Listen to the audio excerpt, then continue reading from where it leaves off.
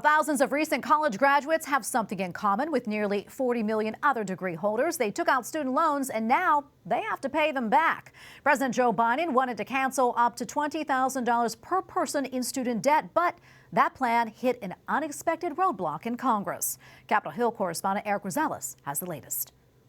Good evening, Tracy. You know, the Democrat-led Senate handed President Biden a surprise defeat last week. It passed a measure overturning the White House's student debt relief plan. Although a presidential veto is likely, Republicans tell me that the president is overstepping his bounds.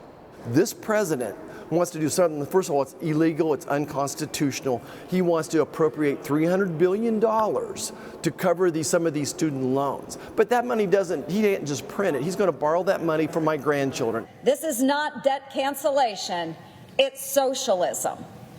President Biden is rewarding those who chose the path of higher education by strapping their debt onto the backs of those who did not.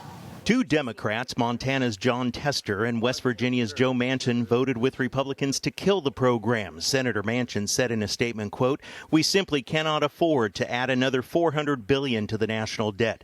There are already more than 50 existing student loan repayment and forgiveness programs aimed at attracting individuals to vital service jobs such as teachers, healthcare workers, and public servants." Senate Minority Whip John Thune agrees and tells me this is just bad policy. You know, the 87% of the people in this country who don't have student loans are subsidizing the 13% who do, and many of the people who have student loans are folks who already have undergraduate degrees or getting graduate degrees or doing well out there. The Congressional Budget Office projects the president's plan will cost taxpayers an estimated $400 billion, but some Democrats tell me they will continue to fight, saying people need their student loans canceled. The forgiveness portion of it, up to $20,000, is something that I've heard large cries from my constituents, and so I will definitely be supporting that forgiveness. President Biden paused the student debt relief program 3 years ago, but payments are scheduled to resume come September. The Supreme Court will likely have the final word. The justices are expected to rule on the issue very shortly. At the Capitol, Erik Rosales, EWTN News Nightly.